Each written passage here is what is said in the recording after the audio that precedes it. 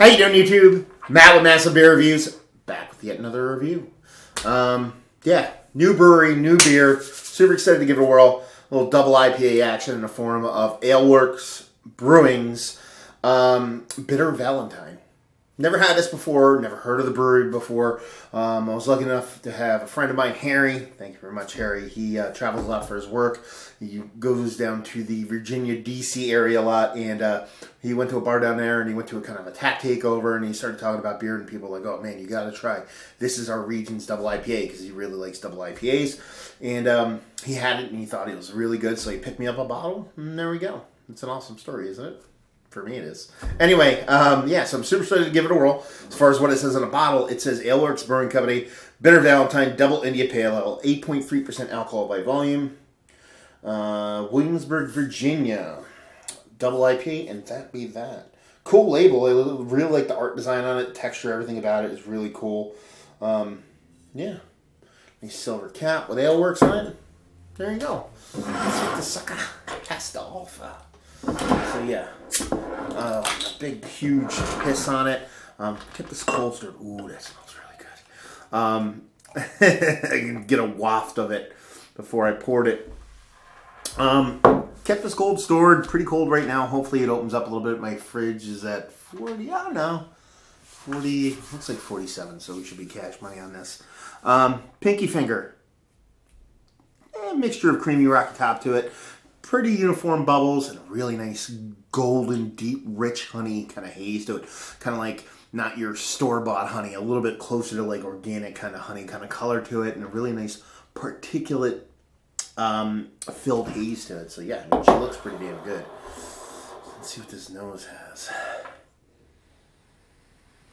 Big citrus, huge citrus, not bittering, not pithy, not rindy. It's not overly sweet either.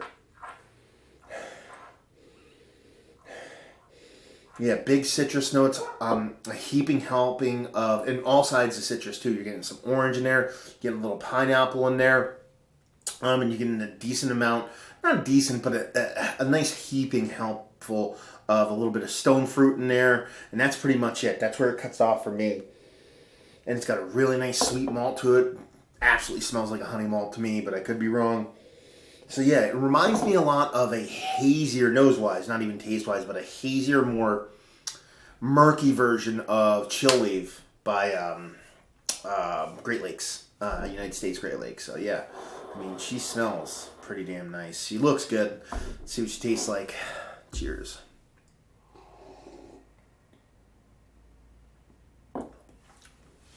Okay, I dig this beer. Nice nutty malt there. Not as honey laden as I thought it would be in the mouth, but it's still pretty damn good. You're getting that decent helping of the citrus with your orange and your pineapple, and you're getting a bit of that kind of stone fruitiness kind of thrown in there, and add a little bit of apricot, a little bit of peach, but you're getting a bit more bitterness than I thought you would in the mouth. You're getting this biting, not super drying, but biting kind of bitterness out of it. Really nice mouthfeel to it. It's not as thick and as dense and as creamy as your atypical New England style IPA, but it's damn close enough. That bittering works for me. It does have a nice inherent sweetness to it with a decent malt base and the kind of hops they're bringing to it, but then you get that kind of counteracting bitterness that kind of plays off each other, and it just is pretty damn good. It's a really fucking good beer. This is one of the better double IPAs I've had as of late, and we'll get to that point in a bit, but especially from down south, when I get to for me, and this is exposure, I'm sure there's infinite amounts of great IPAs south of the Mason Dixon, you know what I mean? But once you get to about there, I haven't anything that really blown my doors off. There's some really nice ones. There's On the Wings of Armageddon. There's a couple. I'm just thinking of Wicked Weed makes a bunch. There are good ones coming out of that region, and like I said, it's more exposure. But this is probably the best one I've had south of the Mason Dixon line. Just really, really good beer. Really refreshing, but at the same time, chewy, delicious. Gives me what I want, and that's the point. I'm talking about what I like, where it gives me a bunch of citrus, bunch of fruity notes, but enough bitter to kind of counterbalance that and a decent malt base. I'm a fan. So there you go. Let's talk about it. Yes, it's one of the better double IPAs I've had as of late, especially coming down in that region. Would I buy it again? Sure. If I could, but I can't. So, hey, price point wise, I forget what it costs. So I'll talk to Harry, see what he paid for it. I'll write it down in that section. I'll probably forget, but if someone asks, I'll write. Let's see. Availability. Again, can't speak on that because it was given to me. And let's just talk about if you like what we like this. I talk a lot about that kind of mid-Atlantic IPA. I never even talked about dankness, and there's a subtle underlying dankness. It's not that big. But I talked about the mid-Atlantic IPAs before. I've talked about New England-style IPAs, the super juicy, hazy New England-style IPAs. To me, there's a quote-unquote a mid-Atlantic IPA, which is more dank than that juicy northeasternness. And it's kind of more of that oniony dankness, and then that you have that New England kind of juiciness. And then you have your old school West Coasters or even new school West Coasters.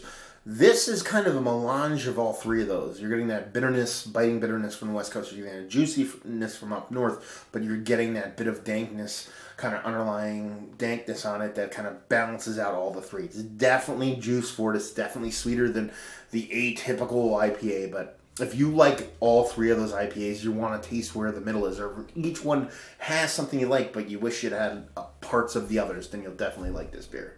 So there you go. Another review in the books. Hopefully you guys enjoyed the review. If you did or you didn't or somewhere in between, please leave a comment in the comment section below and like, subscribe, all that fun stuff. If you want to check us out anywhere else on the internet, you can. Facebook, Twitter, Instagram, Untapped, Massive Beers in all four of those places. And yeah, another review down. So hopefully you guys enjoyed the review. Hopefully enjoying a beautiful double IPA right now. And hopefully see you next time. Cheers.